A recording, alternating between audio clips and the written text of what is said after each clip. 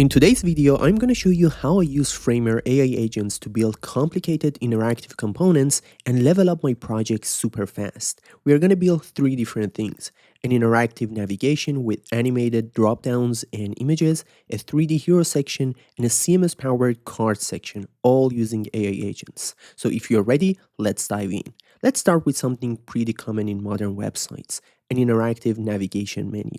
I want this navigation to behave like this. When I hover over each menu item, the navigation expands and reveals additional options.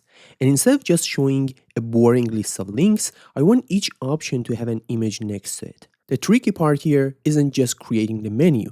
I want the whole thing to feel smooth and intentional. The navigation should expand naturally, the content should transition between categories, and the images should update as I move between the options. So instead of manually building all of those interactions, I'm going to ask the agent to create it. Here's my prompt. Create an interactive navigation component. When I hover over each main navigation item, expand the navigation menu and show a list of related options with an image next to each option. Make the expansion and transitions feel smooth and polished. And in just a few minutes, Framer built this interactive navigation component for us. Let's check it out. As you can see, here we have an interactive navigation bar where each menu item has its own set of options. When I hover over one of the items, the navigation smoothly expands and reveals the different pages or categories underneath it. And to make it more visual, each option also has an image next to it that changes depending on what I'm hovering over. So instead of having a simple drop-down menu, we have something that feels much more like a premium interactive navigation experience. What I really like here is that we got all of this from a single prompt, and it didn't take nearly as many credits as I'd have expected for a component with this many interactions. Normally, I'd have to build all of these hover states, animations, and interactions manually, but the agent handles all of that for us while using the credits much more efficiently. And if your component isn't responsive yet, you can simply ask the AI agent to fix that for you. Now the same component works smoothly across all screen sizes and devices without having to manually adjust everything yourself. And again, notice that we are not starting over or rebuilding the component. We're simply asking the agent to make a change to what we've already created. That's another place where the improved credit efficiency becomes really useful. You have more room to iterate and refine your work without burning through your credits on every small change. Okay, let's make things a little more complicated. For the hero section, I want something that would normally take quite a bit of time to build manually. I want several cards orbiting around an invisible center, almost like they are following a 3D circuit. And I want the cards to feel interactive. When I hover over one of them, it should smoothly expand, and at the same time, that card should move to the front so it becomes the focus. Then when I move my cursor away, it should smoothly return to its original position. So this isn't just make me a 3D looking hero. There are multiple things happening here: positioning, depth, hover states, scaling, transitions, and the relationship between all of the cards. So again, I'm going to describe the interaction instead of building it piece by piece. Here's my prompt. Create a 3D interactive hero section with multiple cards orbiting around an invisible central circuit.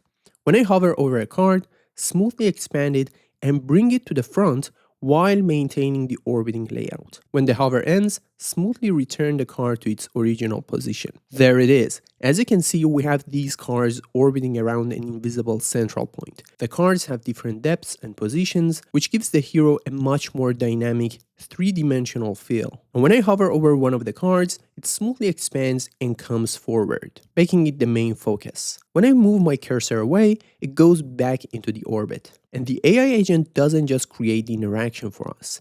As you can see, it also created all of these controls, so we can easily customize the component based on our needs, from the card size and orbit speed to the hover scale, tilt, shadow, background, and more. So instead of having a fixed component, we now have a fully customizable one that we can easily tweak without rebuilding the whole thing. And again, this is a pretty complex component with quite a few moving parts, but the agent was able to handle it without consuming a huge amount of credits. That's something you'll notice throughout this video.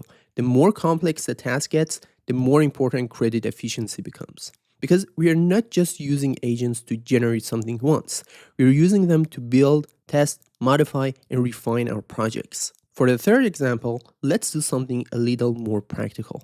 Imagine I've already designed this section with a bunch of beautiful cards. The design is done, but there's one problem. These cards aren't connected to a CMS. Normally, I'd need to create a CMS collection, figure out the fields, add the content, connect everything to the design, and populate the cards. Instead, let's ask the agent to do it. I'll tell it, create a CMS collection for these cards. Use the existing card design, connect the cards to the CMS, create the necessary fields, and populate the collection with realistic mock data. And now the static design has become a CMS-powered section. Notice how we are getting all of this without spending a huge number of credits on a multi-step task. That's really the part I'm interested in here. The goal isn't just to have AI build things for us. It's being able to use agents throughout the entire design process, creating components, making changes, connecting content, fixing responsiveness, while getting much more out of the same credit budget. This is another interesting use case for agents because we're not necessarily asking to create something from scratch. We're asking it to understand something that already exists and modify the project around it. So make sure to go ahead and check it out yourself. Thank you, Framer, for sponsoring this video.